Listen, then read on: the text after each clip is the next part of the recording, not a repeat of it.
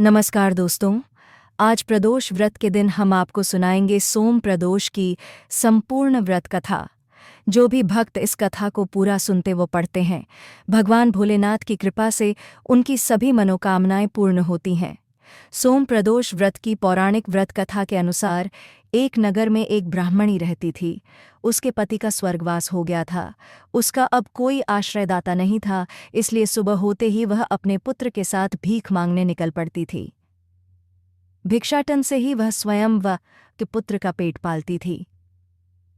एक दिन ब्राह्मणी घर लौट रही थी तो उसे एक लड़का घायल अवस्था में कराहता हुआ मिला। ब्राह्मणी दयावश उसे अपने घर ले आई। वह लड़का विदर्भ का राजकुमार था। शत्रु सैनिकों ने उसके राज्य पर आक्रमण कर उसके पिता को बंदी बना लिया था और राज्य पर नियंत्रण कर लिया था, इसलिए वह मारा मारा फिर रहा था। राजकुमार ब्राह्मण पुत्र के साथ ब्राह्मणी के घर रहने लगा। एक दिन अंशुमति नामक एक गंधर्व कन्या ने राजकुमार को देखा तो वह उस पर मोहित हो गई। अगले दिन अंशुमति अपने माता पिता को राजकुमार से मिलाने लाई। उन्हें भी राजकुमार भा गया।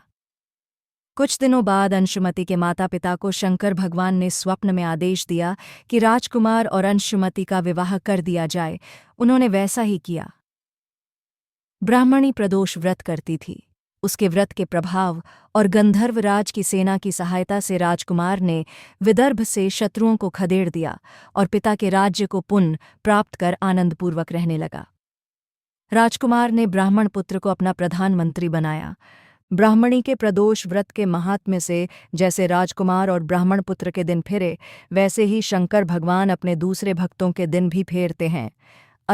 सोम प्रदोष का व्रत करने वाले सभी भक्तों को यह कथा अवश्य पढ़नी अथवा सुननी चाहिए। तो दोस्तों, ये थी सोम प्रदोष व्रत की संपूर्ण व्रत कथा।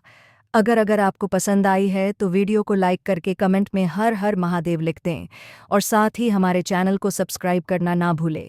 अब हम आपको सुनाएंगे भगवान श्री कृष्ण की एक ऐसी कथा जिसे सुनकर आपके मन में भगवान के प्रति भक्ति और भी बढ़ जाएगी। एक बार एक सेठ बहुत ही कंजूस था, लेकिन श्री कृष्ण का अनन्य भक्त था। एक अक्सर एक संत जी के प्रवचन सुनने जाता था। एक बार उसने संत जी से विनती की कि महाराज कोई ऐसा उपाय बताएं कि मैं अपने इष्ट श्री कृष्ण भरपूर सेवा करूं, लेकिन मेरा एक भी रुपया खर्च ना हो। संत जान गए कि यह व्यक्ति बहुत कंजूस है, लेकिन श्री कृष्ण के प्रति उसकी श्रद्धा देखकर संत जी ने उसे अद्भुत उपाय बताया। संत जी कहने लगे कि तुम श्री कृष्ण की प्रतिदिन मानसिक पूजा किया करो। मन में ऐसा विचार करो कि तुम उनके श्री विग्रह को स्नान करवा रहे हो, उन्हें बहुमूल्य सुंदर वस्त्र धारण करवा रहे और उनका उत्तम श्रृंगार कर रहे हो, उनको बढ़िया से बढ़िया भोग अर्पित कर रहे हो। इस विधि में तुम्हारा एक भी पैसा खर्च नहीं होगा और तुमको अपने आराध्य की भक्ति और सेवा दोनों का आनंद आएगा। संत मुस्कुराते हुए बोले, यह मानसिक पूजा है, इसमें कोई कंजूसी मत करना। संत की बात मानकर सेठ जी ने श्रीकृष्ण की मानसिक पूजा आरंभ कर दी। अब उनका नियम बन गया था कि वह स्नान के पश्चात भाव से श्रीकृष्ण के विग्रह को स्नान करवाते, वस्त्र धारण करवाते और दूध में शक्कर डालकर उनको भोग लगाते। अपनी मानसिक पूजा के इस नियम को करते हुए उन्हें कई वर्ष बीत गए। अब तो सेठ को कई बार अनुभूति होती कि जैसे श्रीकृष्ण स्वयं उनका भोग ग्रहण करते हैं। एक बार सेठ जी जब श्री कृष्ण की मानसिक पूजा के दौरान स्नान करवाने और श्रृंगार करने के पश्चात जैसे ही भोग के दूध में शक्कर डाल रहे थे तो उन्होंने एक चम्मच की जगह 2 चम्मच शक्कर डाल कर दी। कंजूस सेठ के मन में विचार आया कि 1 चम्मच शक्कर निकाल लेता हूँ, किसी और काम आएंगी।